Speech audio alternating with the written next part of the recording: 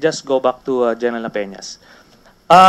Since kayo yung operational commander, sir, ano, having seen everything, ano yung lessons learned dito sa operation na to? Na kung uulitin nyo itong operation na ito, ano yung babaguhin nyo, sir?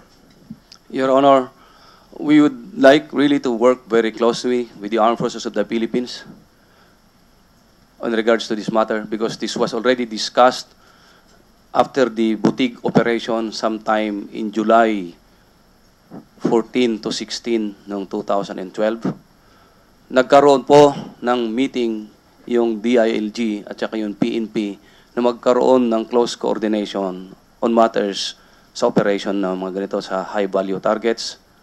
However, yung nangyari po doon sa Libutan, Mamasapano, Maguindanao, yung inabandon kami ng 6th Infantry Division by not providing the mechanized brigade during our operations despite due coordination with them.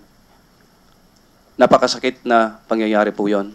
Pangalawa, yung May 30 na follow-on operation on that, nag-coordinate kami ulit doon sa 6th Infantry Division only to find out by our intelligence personnel who are doing the reconnaissance na yung vehicle drop-off point namin, punong-puno ng armado na.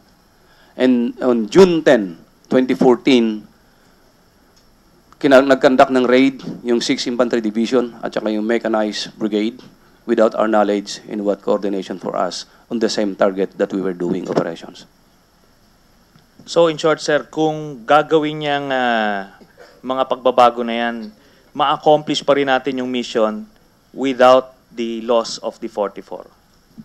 I agree with that, Your Honor.